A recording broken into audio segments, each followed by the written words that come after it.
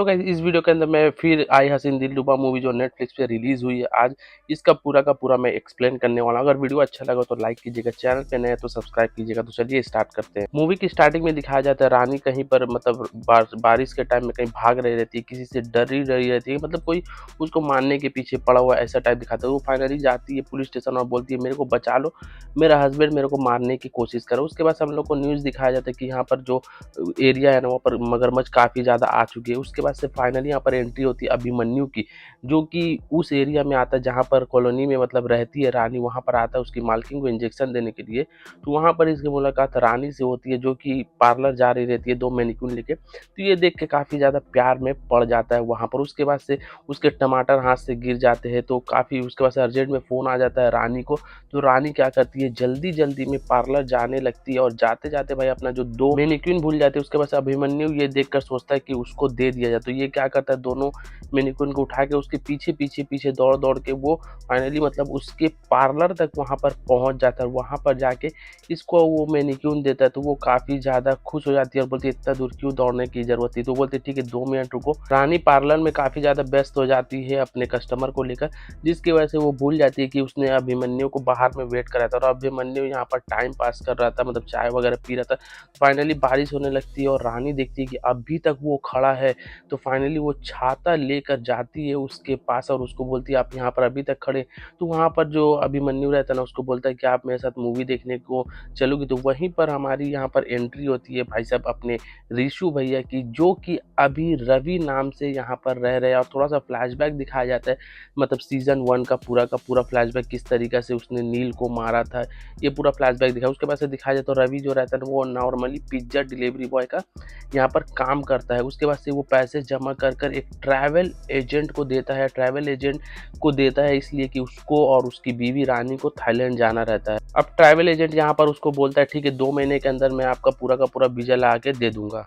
उसके बाद से रिशु जो रहता है ना वो एक कोचिंग सेंटर में भी पढ़ाता है। वहाँ पर पूनम से इसकी मुलाकात होती है जो हैंडीकैप रहती है और रिशु से काफ़ी ज़्यादा प्यार करने के लिए भाई बहुत ज़्यादा उसको ये करती है, लेकिन रिशु किसी भी तरीके से इंटरेस्टेड उस पे नहीं रहता, बार-बार उसको इग्नोर कर देता। अब यहाँ पर दिखाया जाता है जो अभिमन्यु रहता है ना वो पूरा का पूरा हॉल का टिकट खरीद लेता है और पूरा रात मतलब वेट करने के बाद भी वो रानी जो है ना नहीं आती, क्योंकि रानी यहाँ पर रिशु के साथ काफ़ी ज़्यादा मौज मस्ती कर रही है अपने घर में। फिर यहाँ पर जो अभिमन्यु रहता है ना वापस आता है घर पे रानी के और बोलता है आप आई नहीं। तो वो बोलती है कि अरे मैं भूल गई काम में बिजी हूँ। तो बोलता है ठीक है नेक्स्ट फ्राइडे को हम लोग फिर वेट करेंगे। अब यहाँ पर अचानक से हम लोग को दिखाया जाता है कि जो रानी का पर्स रहता है ना एक चोर लेके भाग रहा रहता है। अब यहाँ पर किशोर जो रहता है ना वो बैग लौटाने के लिए आता है रानी के घर में और उसको बताता है कि लास्ट टाइम अपने जो क्लाइमेक्स बताया था ना वो काफ़ी ज़्यादा अच्छा, तो उसको समझ में आ गया था। यहाँ पर रानी काफ़ी ज़्यादा डर जाती है और रिशु को ट्राई करती है कॉल करने के, लेकिन उसका फ़ोन किसी भी तरीके से नहीं लगता है। अब उसकी वजह से क्या होता है दूसरे दिन यहाँ पर पुलिस उसको फ़ोन करती है और फिर से पूछताछ के लिए उसको अपने पुलिस स्टेशन में बुलाती है। तो यहाँ पर किशोर पूछताछ उससे करता है कि आपने यहाँ पर शादी क्यों नहीं की। उसके बाद से यहाँ पर एंट्री होती है जिम्मी सरगिल की। अब जिम्मी सरगिल इसको बताता है कि मैं आपका रिश्तेदार हूँ, आप भूल तो नहीं कि मैं यहाँ पर नील का जो ना सगा चचा हूँ, ठीक है। तो यहाँ पर वो काफ़ी ज़्यादा शॉक्ड हो जाती है और उसको बताता है कि तुम यहाँ पर बिना रिशु के किस तरीके से, मेरे को पता है कि रिशु यहीं पर है और तुम कुछ ना कुछ छुपा रही हो, ठीक है। तो फाइनली वो कुछ बोलती नहीं है रानी। उसके बाद से जब रानी चली जाती है तो अपने हवलदार को बोलता है कि ये जहाँ-जहाँ जाती है उसके ऊपर नज़र रखो। फिर यहाँ पर दिखाया जाता है जो ट्रैवल एजेंट को पैसा देता है रिशु, उसको यहाँ पर पुलिस किडनैप पकड़ लेती है, सॉरी। उसके बाद से यहाँ पर कोचिन में भी आ जाती है जहाँ पूनम से पूछताछ करती है कि रिशु यहाँ पर है कि नहीं। तो पूनम क्या करती है रिशु के पास जाती है और बोलती है कि मैं नहीं बताऊँगी, लेकिन उसके बदले में मेरे को तुमको मेरे से प्यार करना पड़ेगा। फिर यहाँ पर दिखाया जाता है हम लोगों को कि जो रिशु रहता है ना वो घर पे आता है, यहाँ पर रानी से बोलता है सारा कुछ ऐसा काफ़ी ज़्यादा डरा हुआ होता है। तो रानी बोलती है मेरे पास एक आइडिया है, अगर तुम भरोसा करो तो मैं करूँ। अब आइडिया क्या रहता है वो डिसाइड करती है कि जो यहाँ पर अभिमन्यु रहता है ना उससे शादी कर लेगी, ताकि पुलिस वाले को ये लगेगा कि भाई हाँ रानी जो है ना वो किसी के साथ वहाँ पर सेटल हो गई है। अब रानी मतलब रिशु से नहीं मिलती, मतलब रिशु अब है नहीं, ऐसा मतलब पुलिस वाले को अभी भी कंफर्म नहीं है, बस पुलिस वाले शक कर रहे हैं कि रिशु है, क्योंकि रानी इतने दिनों से अकेले क्यों है। उसके बाद से यहाँ पर रिशु जो रहता है ना, यहाँ पर मतलब पूनम को किस करने लगता है, तो अचानक से यहाँ पर रानी देख लेती है और रात में वो यहाँ पर अभिमन्यु के साथ काफ़ी ज़्यादा पी लेती है और पीने के बाद से सारा कुछ बता देती है कि मेरे वजह से रिशु की ज़िंदगी ख़राब हो गई, ये हो गई। तो सुबह जैसे ही इसको होश आता है तो वहाँ पर अभिमन्यु पूछता है रिशु कहाँ है, मेरे को उससे मिलना है। तो फाइनली रानी जो है ना रिशु के पास लेके जाती है और ये अभिमन्यु बोलता है कि मैं तुम दोनों को यहाँ से बाहर निकालने में मदद करूँगा क्योंकि मेरा बहुत सारा चिन्ह पहचान है। तो सबसे पहले अभिमन्यु रिशु को अपने क्लिनिक पे लेके जाता है और वहाँ पर उसको बोलता है यहाँ रहो, यहाँ कोई नहीं आएगा, सेफ जगह। वहीं पर हम लोग देखते हैं कि पूनम वहाँ पर उससे आती है मिलने के लिए और काफ़ी ज़्यादा वहाँ पर उससे ज़बरदस्ती करती है। फिर यहाँ पर अभिमन्यु आता है और पूछता है कोई आया था यहाँ पर, तो रिशु बोलता है हाँ पूनम आई थी, उसको सब कुछ पता है। तो यहाँ पर काफ़ी ज़्यादा हाथापाई होती है इन दोनों के ऊपर। तो अभिमन्यु जो रहता है ना धक्का देकर रिशु को गिरा देता है और उसको लॉक करके वहाँ चल जाता है। फिर यहाँ पर आता है वो रानी के पास और रानी को भी धक्का दे देता है। तो रानी जिसकी वजह से उसी रात को यहाँ पर पुलिस स्टेशन आती है, तो हम लोग को फर्स्ट सीन में दिखाया गया था। अब यहाँ पर एंट्री होती है जिम्मी शर्गिल की, जिससे वो बोल रहे थे बचा लो, वो उसे मार देगा। तो यहाँ पर जिम्मी शर्गिल बोलते हैं किसे मार देगा, तुम तो यहाँ पर हो।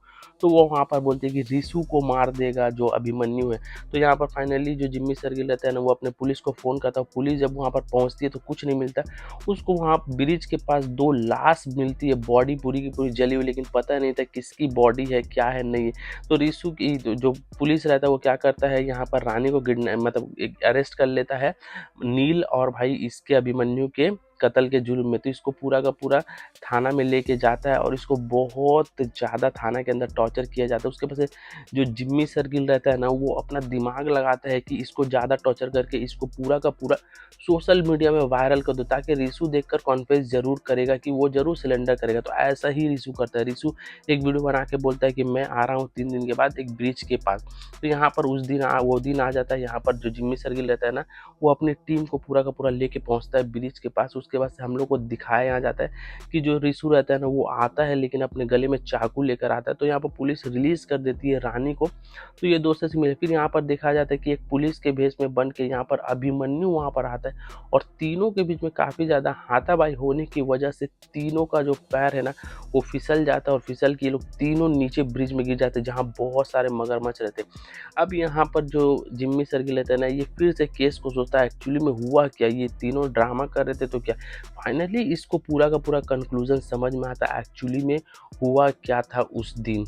उसके बाद से ये अपने हेड ऑफिसर को बताता है कि देखो तीनों अगर बाहर रहते तो जेल में ही रहते, रानी तो ऑलरेडी पहले से ही जेल में थी नो डाउट। उसके बाद से अगर अभिमन्यु बाहर रहता तो वो भी जेल में रहता, क्योंकि उसने अपनी पूरी की पूरी फैमिली को मार दिया था जिसकी वजह से वो अभी जेल में रहता। और उसके बाद जब उसने अपनी फैमिली को मारा था ना तो कोई एक आदमी उसकी मदद किया था जो कि उसको कुछ दिन पहले ब्लैकमेल करने आया था, तो वो उससे काफ़ी ज़्यादा तंग हो गया था। तो यहाँ पर कैमरा में भी वो दिखाता है कि देखो वो आदमी उस दिन उससे मतलब अभिमन्यु से क्लिनिक में मिलने आया था जिसकी बॉडी को उसने मारकर वहाँ गाड़ी में काफ़ी अच्छे तरीके से सेट कर दिया। उसके बाद से उसका दूसरा टारगेट थी पूनम। पूनम को सब सच्चाई पता थी उसके बारे में, मतलब रिशु के बारे में, इसीलिए उसने उसको मार के पूरा का पूरा अच्छे से प्लान कर दिया। उसके बाद यहाँ पर सीसीटीवी देख सकते हैं हम लोग। यहाँ पर ठीक 7 बजे यहाँ पर रानी और अभिमन्यु घर के अंदर जाते हैं और उसके बाद से एक आदमी दौड़ के आता है जो कि रिशु होता है, वो अंदर जाता है। फिर उसके बाद से पूरी की पूरी बारिश में यहाँ पर रानी बाहर निकल के आती है जो कि उस टाइम थाने में आई थी रिपोर्ट लिखाने के लिए। उसके बाद से फिर थोड़ी देर के बाद जब हम लोग कैमरा देखते हैं यहाँ पर तो हम लोग को दिखाया जाता है जो रिशु रहता है और अभिमन्यु रहता है वो स्कूटी से कहीं जा रहे रहते। तो जो पुलिस रहता है ना हेड वो बोलता है भाई प्लीज़ इस केस को बंद कर दो और इसके ऊपर काम मत करो। उसके बाद 6 महीना बाद हम लोग को कहानी दिखाई जाती है, घर दिखाया जाता है और दिखाई जाती है कि उस रात को अभिमन्यु और रानी बच गई थी और जो रिशु था ना उसको मगरमच्छ ने खा लिया था। फिर यहाँ पर हम लोग को दिखाया जाता है कि रिशु, अभिमन्यु और जो रानी अच्छे से ज़िंदगी गुजार रहे, अपना नॉर्मल लाइफ जी रहे। उसके पास एक बुक रानी को मिलता है जो बुक रानी देख के काफ़ी ज़्यादा चौंक जाती है। उसके बाद से जिम्मी शर्गिल को एक बुक कोरियर करके आया हुआ रहता है जिसमें वो पढ़कर फ्लैशबैक दिखाया जाता है कि उस दिन ब्रिज में मिलने से पहले 3 दिन उन्होंने पूरा का पूरा प्लान बनाया है कि जहाँ पर ज़्यादा मगरमच्छ है वहीं पर कूदेंगे ताकि पुलिस को लगे कि वो मर गया। वो लोग क्या करते हैं गोश्त फेंक फेंक के 10-20 किलोमीटर दूर तक मगरमच्छ को भगा देते, मतलब उस एरिया में अब मगरमच्छ कहीं भी नहीं है। उसके बाद यहाँ दिखाया जाता है रानी एक चिट्ठी में लिख के देती है कि अभिमन्यु को एक एरिया में आने के लिए। तो वहाँ पर जब अभिमन्यु मिलने के लिए जाता है तो रानी उसको बताती है कि तुमने क्यों मार दिया सबको, तुमने यहाँ पर ऋषु को भी मार दिया, पूनम को भी मार दिया, उसके बाद से अपने उस दोस्त को भी मार दिया। तो फिर यहाँ पर पुलिस पहुँच के बोलती है कि एक्चुअली में उस रात में हुआ क्या था। तो फिर बताता है कि इन्होंने तीनों मिलकर प्लान किया था उस दिन, और दिनेश पंडित की एक मतलब घड़ियाल वाली बुक है, उसी से पूरा का पूरा इंस्पायर्ड होकर इन्होंने स्टोरी बनाई थी। उस साथ ये तीनों ढुके थे। अब ढुकने के बाद से क्या हुआ था, जब देखा यहाँ पर अभिमन्यु ने वहाँ मगरमच्छ आ रहा है, तो अभिमन्यु ने ऋषु को मगरमच्छ के साइड ढकेल दिया। और उसके बाद से फिर हम लोग को दिखाया जाता है यहाँ पर जो रानी रहती है ना, काफ़ी ज़्यादा गुस्से इमोशन में होकर अपनी जान दे देती है, पूरा का पूरा ऊंचाई से कूद जाती है। और लास्ट में जब बॉडी खोजने के लिए जाया जाता है, तो यहाँ पर जो रानी की बॉडी रहती है ना, वो रानी की बॉडी भी नहीं मिलती। तो यहाँ पर अभिमन्यु काफ़ी ज़्यादा हंसने लगता है, और हंस के सोचने लगता है फ्लैशबैक में कि उस दिन जो मगरमच्छ खाने जा रहा था ऋषु को ना, तो ऋषु उससे भी बच गया था, वो बच के वहाँ से निकल गया था और वहाँ भाग गया था। और ये बात मतलब किसी को नहीं पता थी। उसके बाद से उस दिन जो रानी किताब पढ़ी थी, तो उसमें एक मैसेज था ऋषु का कि ऋषु ने मिलने बुलाया था यहाँ पर। तो उस दिन फिर ऋषु का हम लोगों को पूरा का पूरा दिखाया जाता है कहानी। उसके बाद से यहाँ दिखाया जाता है जो रानी रहती है ना, वो जो नीचे कूदती थी वहाँ से बच जाती है। फिर यहाँ पर एक कहानी ये भी खुलती है कि दिनेश पंडित जो रहते हैं ना, वो भाई अभिमन्यु के पिताजी थे।